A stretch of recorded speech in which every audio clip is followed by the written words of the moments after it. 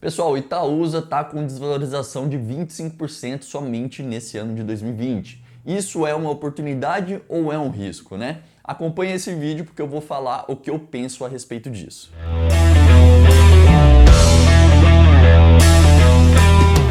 Galera, Rafael Scaramelli aqui. Antes da gente partir para o conteúdo do vídeo, né, eu vou deixar aqui no primeiro link da descrição um relatório da Levante Investimentos que vai complementar ainda mais o assunto desse vídeo, tá? Além de contar também com uma análise a respeito do que fazer com as ações da Itaúsa nesse momento e quais são as perspectivas para o próximo ano. Enfim, né, se você tem ou pretende ter Itaúsa na carteira, essa é uma leitura mais do que recomendada. O download é gratuito e tá aqui no primeiro link da descrição. Bom, querendo ou não, pessoal, a Itaúsa, né, é uma ação muito comentada entre os pequenos investidores com foco principalmente no longo prazo, né? A Itaúsa foi a primeira ação da minha carteira e até hoje ela continua tendo posição relevante dentro da minha estratégia, né? Mas afinal, né, o que vem acontecendo com a empresa nesse ano de 2020 que ainda não conseguiu recuperar a cotação de 2019. Bom, primeiro, antes de responder essa pergunta, né, a primeira coisa que a gente precisa ter em mente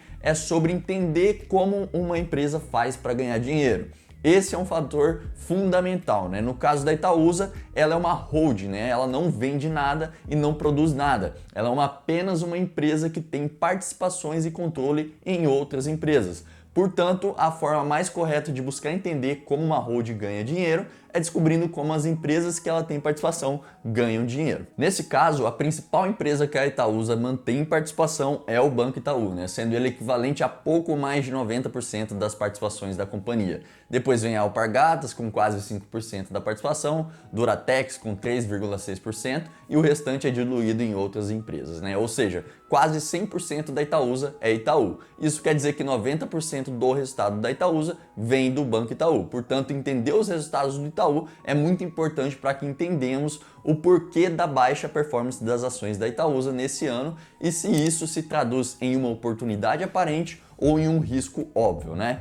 Então, puxando os últimos 5 anos dos resultados do banco, né, do Itaú, a gente vê que não tem muito o que dizer. O setor financeiro no Brasil em si é muito resiliente e o Itaú, como o maior banco do país, mostra isso por meio dos seus resultados, né? Somente de 2014 a 2019, o banco entregou um lucro líquido acima de 20 bilhões de reais por ano, né? Com uma margem líquida média de 15% ao ano e um ROI de 19% ao ano. Fazendo uma conta simples, né, somando o lucro de todos esses anos e dividindo, dá nada mais, nada menos do que 2 bilhões de reais por mês de lucro, tá? Não é receita, é lucro líquido mesmo. Então, olhando para o passado, nos últimos 5 anos, não tem o que questionar sobre os resultados do banco, né? Porém, nesse primeiro trimestre de 2020, com todo esse rolo da pandemia, né, o lucro do Itaú acabou despencando 43% em relação ao primeiro trimestre do ano passado, né? Indo de 6,9 bilhões no primeiro trimestre de 2019 para 3,9 bilhões de reais no primeiro trimestre de 2020. Isso basicamente aconteceu graças ao aumento das provisões feitas para prevenir o banco do possível aumento da inadimplência da sua carteira de crédito, né? Ou seja, o banco tirou grana do lucro líquido e jogou para o PDD, né? Provisionando um valor bem maior do que o convencional, como se fosse uma reserva essa para suprir eventuais aumentos da inadimplência causados pelos efeitos da pandemia, né?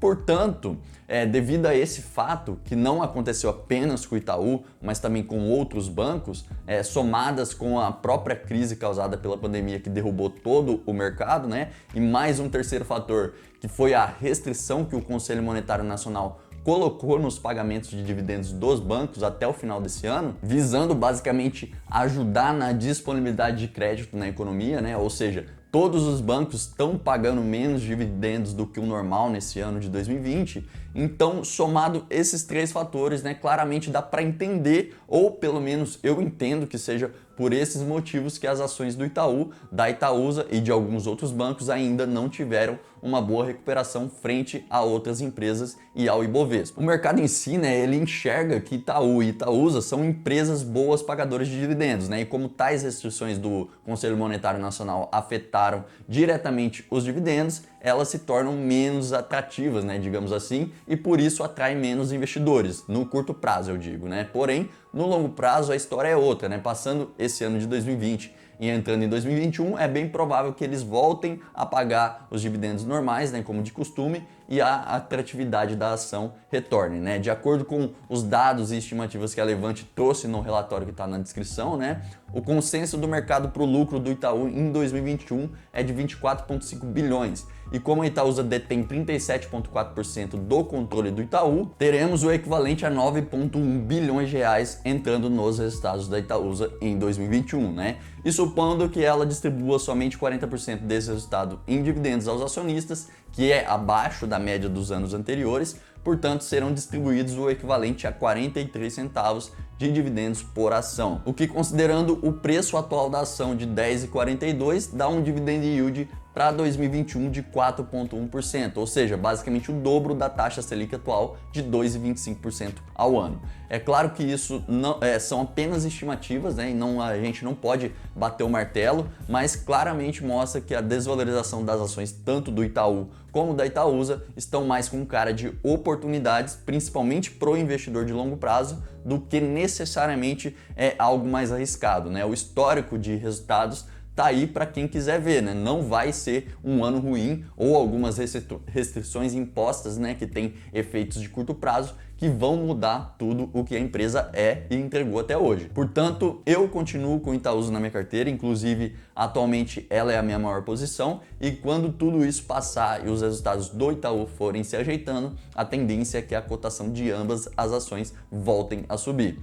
Pessoal, tenha em mente, né, que alguns acontecimentos de curto prazo não podem afetar a estratégia de vocês de longo prazo, né? Vocês sempre precisam tentar fazer um exercício de projeção para entender como os fatos que acontecem hoje podem afetar os futuros resultados da empresa, né? Tem muita coisa, né, que acontece no curto prazo que as pessoas dão uma relevância absurda, né? E nem sempre, quase nunca, esses acontecimentos de curto prazo terão relevância daqui a alguns anos, beleza? Mais uma vez, reforçando, não deixem de baixar o relatório na descrição aqui do vídeo, vai complementar tudo o que eu disse aqui e mais um pouco. Valeu por ter assistido até aqui, se inscrevam se ainda não for inscrito, ativem as notificações, deixem um gostei, um forte abraço e até o próximo vídeo. Tchau, tchau!